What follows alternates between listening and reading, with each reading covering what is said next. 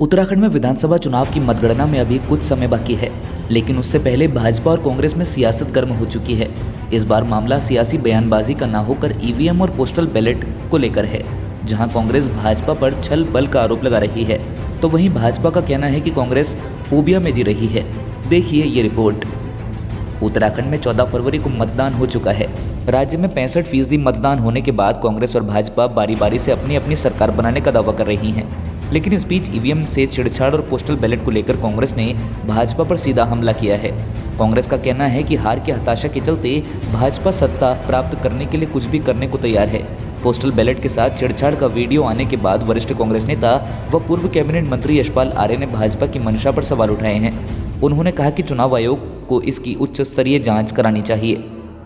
सरकार और भारतीय जनता पार्टी निश्चित रूप से चुनाव की हताशा में अपने वोटों को बढ़ाने के लिए इस तरह का खेल खेल सकती है, और ये पहले भी होता रहा है।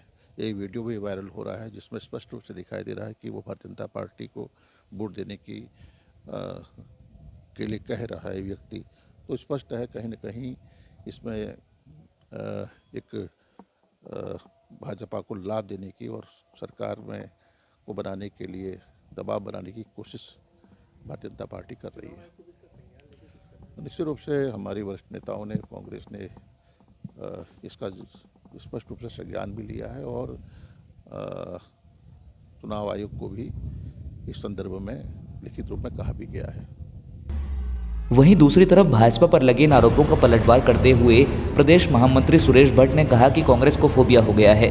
पहले वे सत्ता में बहुमत के साथ आने की बात कर रही थी, लेकिन अब उन्हें ईवीएम का डर भी सता रहा है। उन्होंने अपने लोगों को ईवीएम कक्ष के बाहर बैठाया है और अब पोस्टल बैलेट का मामला उठा हार की हताशा जाहिर करने के लिए इस तरह का आरोप लगा रहे हैं, जो कि पूरी तरह निराधार है।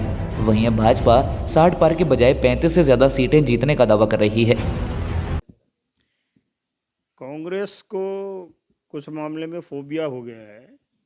कई बार शुरू में उत्साहित होकर के कांग्रेस कहती थी कि भाई हम सरकार बना रहे, फिर उन्होंने कहा कि नहीं ईवीएम में गड़बड़ी हो सकती है, अपने लोगों को ईवीएम के बाहर तैनात करने का उन्होंने आदेश दिया।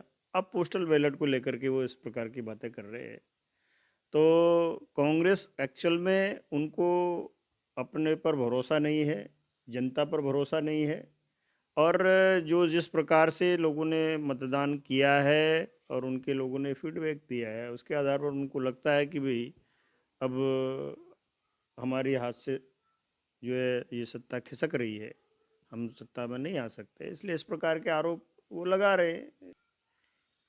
60 पार चुनाव से पहले ठीक है, मैं मानता हूं कि हम 35 से ज़्यादा सीट ला करके सरकार बनाएंगे। मतदान से मतगणना के बीच का समय राजनीतिक दलों का इसी आरोप प्रत्यारोप के बीच में गुजर रहा है। अगर मतगणना के नतीजे राजनीतिक दलों के पक्ष में नहीं आए तो जाहिर सी बात है इन दोनों दलों के आरोप प्रत्यारोप लंबे समय तक राजनीति में सियासी मुद्दा बने रहेंगे। फिलहाल इन राजनीतिक बयानबाजी के लिए सभी को 10 मार्च का इंतजार है।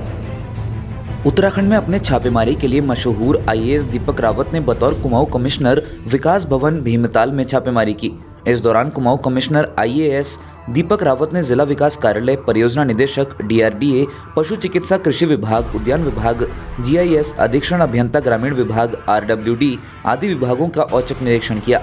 इस दौरान संबंधित अधिकारियों कर्मचारियों को आवश्यक दिशा निर्देश दिए। निरीक्षण के दौरान उन्होंने कर्मचारी के pension, court case, service book, ACP, पदोन्नति, उपस्थित पंजिका, आय व्यय से संबंधित बिलों का अवलोकन किया। आयुक्त द्वारा संबंधित कर्मचारियों के पटलों के कार्यों की गहनता से जानकारी ली। उन्होंने कहा कि कार्यालयों में स्वच्छता बनी रहे, इस पर विशेष ध्यान रखा जाए। साथ ही कार्यालयों में पत्रावलियां, अभिलेखों को सुव्यवस्थित रखने के निर्देश दिए। उन्होंने संबंधित विभागों को निर्देश दिए हैं कि जो भी पत्र व्यवहार किए जाते हैं उनमें दिनांक का उल्लेख अवश्य हो, ताकि प्राप्त पत्रों की जानकारी प्राप्त हो सके कि कौन सा पत्र कब प्राप्त हुआ, ताकि शासकीय कार्यों में पारदर्शिता बनी रहे। उन्होंने कहा कि केंद्र व राज्य सरकार की विकास योजनाएं अंतिम छोर के व्यक्ति तक पहुंचे, इस तर्ज पर कार्य करें ताकि आम जनमानस को सरकारी योजनाओं का लाभ मिल सके। उन्होंने विभाग अध्यक्षों को निर्देश दिए हैं कि कार्यालय में जो निष्प्रयोज्य सामग्री रखी हुई है उनका तत्काल रूप से निस्तारण कराना सुनिश्चित करें। उन्होंने संबंधित कर्मचारियों को निर्देश दिए हैं कि कार्यालय में प्रयोग की जाने वाली गार्ड फाइलें को सुव्यवस्थित ढंग से रखना सुनिश्चित करें। आयुक्त द्वारा विकास भवन में बने शौचालयों का भी निरीक्षण किया व संबंधित सफाई नायक को साफ सफाई का विशेष ध्यान रखने के निर्देश दिए। उन्होंने निरीक्षण के दौरान वित्तीय वर्ष के बिलों के भुगतान की प्रक्रिया पर संतोष व्यक्त किया। मैंने कुछ जो इसमें मेजर ऑफिसेज हैं और उनका इंस्पेक्शन किया, जिसमें डीडीओ साहब का ऑफिस है, पीडी का है, डीएचओ साहब का है, आरडब्ल्यूडी का है, पशुपालन का है, कृषि का है, मोटे मोटे तौर पे ऑफिसेज देखे। और ये यहाँ पे मैंने अच्छी चीज़ देखी कि लगभग जो पेमेंट्स थे जो वित्तीय वर्ष के अंत में हो जाने चाहिए टारगेट क्लोजर के, वो सारे हो गए हैं। रिकॉर्ड मेंटेनेंस भी यहाँ पे अच्छा है। केवल 2-3 चीज़ों पे मैंने यहाँ पे करने को कहा। एक तो जो भी डाक ऑफिस में आती है, चाहे किसी भी डिपार्टमेंट की हो, वो अनडेटेड ना आए, क्योंकि इसमें फिर कई बार ये नहीं पता चल जाता कि कब से चीज़ें टली हुई हैं, कब लटकी हुई हैं, ट्रांसपेरेंसी में कमी आती है। दूसरा, जो गार्ड फाइल यहाँ पे मेंटेन हो रही है वो अपडेटेड नहीं है, उसको अपडेट करने के लिए कहा है। और बाकी इन जनरल जो यहाँ पे ऑफिस मैनेजमेंट है उससे मैं सेटिस्फाइड हूँ।